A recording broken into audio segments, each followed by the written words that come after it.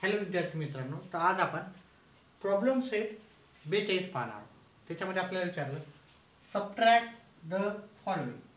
Subtract म्हणजे वजाबाकी, the following म्हणजे खाली जे दिलेलं आहे त्याला वजाबाकी आपल्याला करायचे. त्याच्यातला पहिला प्रश्न आपल्याला दिला तर आपण सविस्तर मांडणी करून घेऊ. 25.74 वजाबाकीचं चिन्ह लिहायचं. 13.42. आता इथं दशांश नंतर किंवा पॉईंट नंतर दोन आकडे असल्यामुळे आणि इथे पण दोन असल्यामुळे आपल्याला मांडणी करायला काहीही प्रश्न गेला नाही. तर वजाबाकी करू. 4 मधून 2 गेले 2, 7 मधून 4 गेले 3, 5 मधून 3 गेले 2 आणि 2 मधून 1 गेला. आपलं उत्तर किती येईल? 1. आणि दशांशला दशांश लिहायचं आणि जे आपलं उत्तर आलेलं आहे आपल्याला त्याला काय लिहायचं? 12.32 त्याच्या पुढे लिहायचे. अशा प्रकारे आपला पहिला प्रश्न झाला. आपण दुसरा प्रश्न पाहू. दुसऱ्या प्रश्नामध्ये आपल्याला काय दिलं?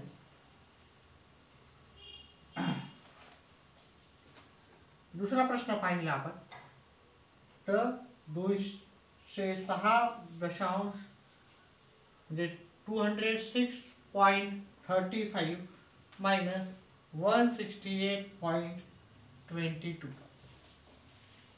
मग काय करायचं आपल्याला?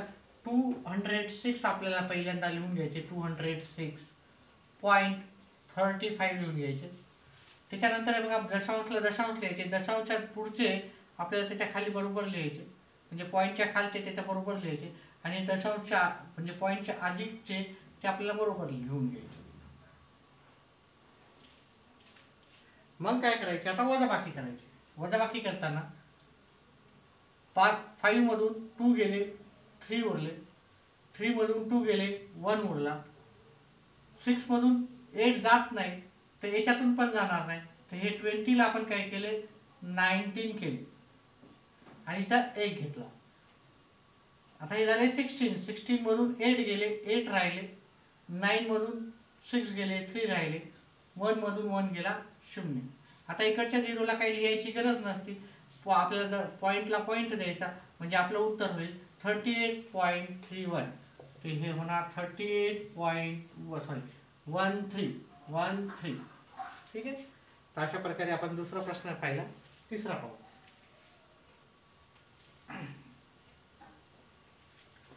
तिसरा प्रश्न आपला आहे 63.4 31.8. आता हे 63 पहिले लिहून घ्यायचे. 63.4 पॉईंटला पॉईंट, दशांशा नंतरची संख्या दशांशानंतर आणि दशांश आधीचे दशांश आधी. वजाबाकी करायची. 4 मायनस 8, 4 मधून 8 जात नसल्यामुळे आपण याच्यातला 1 कमी केला आणि इथं 1 घेतला. आता हे झाले 14. 14 झाले. 14 मधून 8 गेले, 14 मधून 8 गेले 6 राहिले. 2 मायनस 1 1, 6 मधून 3 सबट्रॅक्ट केले तर आता 3. पॉईंटला पॉईंट म्हणजे याचं उत्तर आलेलं आहे आपल्याला 31.6. त्याचप्रमाणे पुढचा प्रश्न पाहू आपण.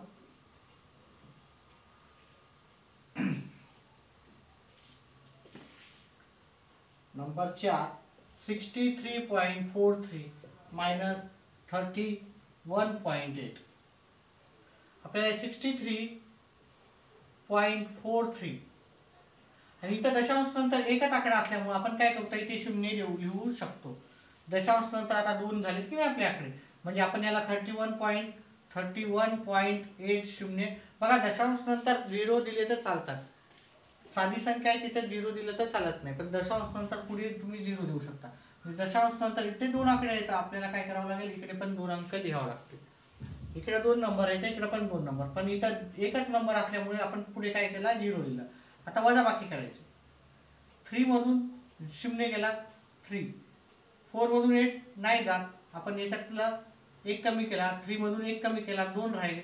हातचाला इथे 14 मधून 8 गेले, 14 मधून 8 गेले 6 राहिले, 2 मधून 1 गेला 1, 6 मधून 3 गेले 3. जिथं पॉईंटला पॉईंट आपलं उत्तर ऑटोमॅटिकली आलेलं आहे. त्याचप्रमाणे आपण पाचवा प्रश्न पाहू. पाचवा प्रश्न आहे 63.4 सबट्रॅक्ट 31.8. 83. आता इथं जर पाहिलं तर तोच प्रश्न आहे. इथं दशांश नंतर 2 अंक आहे, इथं पॉईंट नंतर फक्त एकच अंक आहे. मग आपल्याला काय करावं लागेल, याच्या पुढे एक 0 लिहावं लागेल. म्हणजे 63.40. ओके, पॉईंट नंतर 2 अंक आहे, तर इथं पॉईंट नंतर एकच अंक असल्यामुळे मी इथे काय केला, इथे 0 दिलेला. लिहिताना मी फक्त गणितामध्ये लिहिलेला आहे, इथं वरी लिहायचा नाही. गणित जसं तसं राहायचं, सुरुवातीचं ठेवायचं आहे. त्याच्यानंतर 31.83 आपण बरोबर लिहून घेतले. आता सबट्रॅक्ट करताना 0 मधून 3 जात नाही, मग आपण काय केले, याच्यातला एक कमी केला, 4 मधून 1 गेला 3 आणि तो 1 इथे घेतला. आता हे झाले 10, 10 मधून 3 गेले 7 राहिले, 3 मधून 8 जात नाही, तर याच्यातला एक कमी केला, आपण इथे घेतला. 13 मधून 8 गेले 5 राहिले, 2 मधून 1 गेला 1, 6 मधून 3 गेले 3. पॉइंटला पॉइंट. चांगल्या पद्धतीने तुम्ही पण लिहून घ्यायचे माझ्यासोबतच करता करता, म्हणजे तुमचं गणित काय होईल, पक्क होईल. त्याच्यानंतर 6वा गणित आपलं 8.23 मायनस 5.45. आता इथं पण पॉइंट नंतर 2 नंबर्स आहे, पॉइंट नंतर 2 नंबर्स आहे, तर आपल्याला काही करायची गरज नाही. 8.23 5.45. 3 मधून 5 जात नाही, आपण याच्यातला एक कमी करू, 2 मधून 1 गेला 1 राहिला, इथे घेऊ. आता हे झाले 13. 13 मधून 5 गेले 5 राहिले, 1 मधून 4 जात नाही, याच्यातला एक कमी केला, इथे घेतला. 11 मधून 4 गेले 7 राहिले, 7 मधून 5 गेले 2 राहिले. मग आपलं उत्तर आहे ना 2.75. त्याचप्रमाणे 7वा प्रश्न आहे 18.23 मायनस 9.45. आता इथे पण पाहिलं पॉईंट नंतर 2 आकडे आहेत, पॉईंट नंतर 2 नंबर आहेत, त्याच्यामुळे इथे पण आपल्याला काही प्रॉब्लेम नाही. मग हे नंबर लिहून घ्यायचा 18.23 9.45. आता 9 लिहिताना 9 इथे न लिहिता, ठीक आहे, हा युनिट प्लेसलाच 9 लिहायचे. ठीक आहे, 9 लिहिताना फक्त काळजी घ्यायची की बाबा एक नंबर आहे तर पॉईंटच्या नंतरचा इकडचा आकडा जवळच लगेच घ्यायचा, इथे घ्यायचा नाही.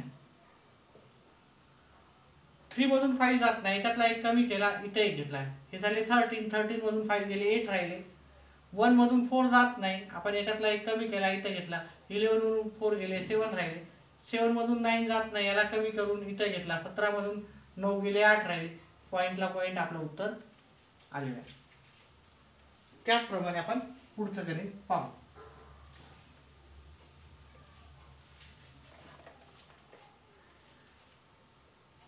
आठ नंबरचा आहे 73.03 मायनस 41.65.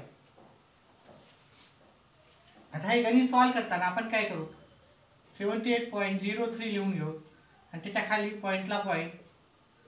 इथे पण पॉईंटच्या नंतर 2 आकडे आहेत, ते पण 2 आकडे आहेत, तर आपण सहज इथे लिहू शकतो. आता वजाबाकी करताना आपल्याला काय करायचं, 3 मधून 5 जात नाही, 0तून पण जात नाही. आता हे 8ला आपण 7 करायचे आणि इथे 0ला कट करून 9 घ्यायचं. म्हणजे 80 मधून 1 गेला तर 79 राहते, 60 मधून 1 गेला तर 59 राहते. तसं ह्या 80 मधून 1 केला 79 आणि तो 1 इथं घेतला. आता हे झाले 13. 13 मधून 5 गेले 8 राहिले, 9 मधून 6 गेले 3 राहिले, 7 मधून 1 गेला 6 राहिले, 7 मधून 4 गेले 3. पॉईंटला पॉईंट आपलं हे गणित सांगतो. एक अजून प्रश्न राहिलेला आहे, मी तुम्हाला एक घरी करायला प्रश्न देतो, त्याचं उत्तर मला कमेंट बॉक्समध्ये लिहून पाठवायचं आहे. मी तुम्हाला एक प्रश्न देतो,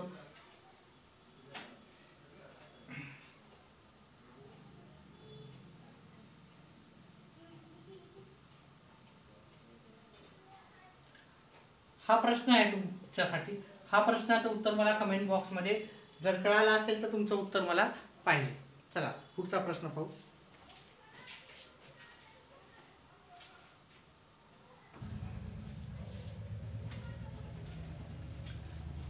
तर आपला पुढचा प्रश्न आहे, Vrinda was 1.48 metre tall after a year her height become 1.50 meter.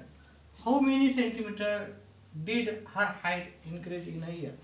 म्हणजे त्यांनी सांगितलं की वृंदा ह्या मुलीची उंची 1.48 एवढी मीटर होती आणि एका वर्षानंतर तिची उंची झाली 1.53 मीटर झाली. आणि त्यांनी विचारताना आपल्याला काय विचारलं, आपल्याला सेंटीमीटरमध्ये विचारलं. तर हे लास्टला आपण शेवटी करताना ते पाहू सेंटीमीटरमध्ये कसं काढायचं. पहिले पाहू तिची हाईट एवढी झालेली आहे की नाही एका वर्षानंतर, मग त्याची वजाबाकी करायची. ह्या दोघांची काय करायची, वजाबाकी करायची. वजाबाकी केली, 0 मधून 8 जात नाही, त्यातला कमी केला, इथं घेतला. 13 मधून 8 गेले, 5 राहिले.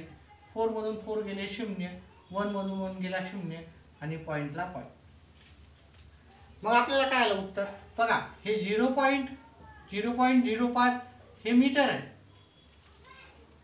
मग ते किती सेंटीमीटर राहणार, किती सेंटीमीटर राहणार पहा. याला मग आपल्याला 10 ने गुणावं लागेल.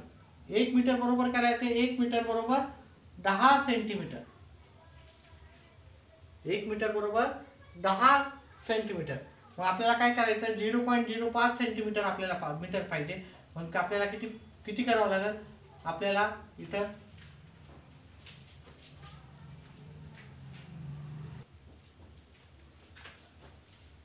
सॉरी 1 मीटर बरोबर 100 सेंटीमीटर. 1 मीटर बरोबर किती राहते, 100 सेंटीमीटर. मग आपल्याला काय करायचं, याला ह्या 0.5 जे आहे मीटरला आपण जर गुणलं तर आपल्याला काय येते बघा. 0.5 म्हणजे काय किती येणार, मग 0.05 म्हणजे आपल्याला काय येणार, मीटर बरोबर 5 सेंटीमीटर. मग उत्तर लिहायचं, वृंदाज height increase by 5 centimeter in a year. एका वर्षात तिची उंची किती वाढली, 5 सेंटीमीटर. एवढं लक्षात ठेवा, 1 मीटर बरोबर 100 सेंटीमीटर. तर 0.05 मीटर म्हणजे काय येणार, 0.05 मीटर बरोबर 5 सेंटीमीटर उत्तर येणार. आणि आपल्याला ते 5 सेंटी उत्तर काय विचारलं, तिथं देताना आपल्याला काय दिलं मीटरमध्ये, पण विचारताना आपल्याला सेंटीमीटरमध्ये विचारलेलं आहे.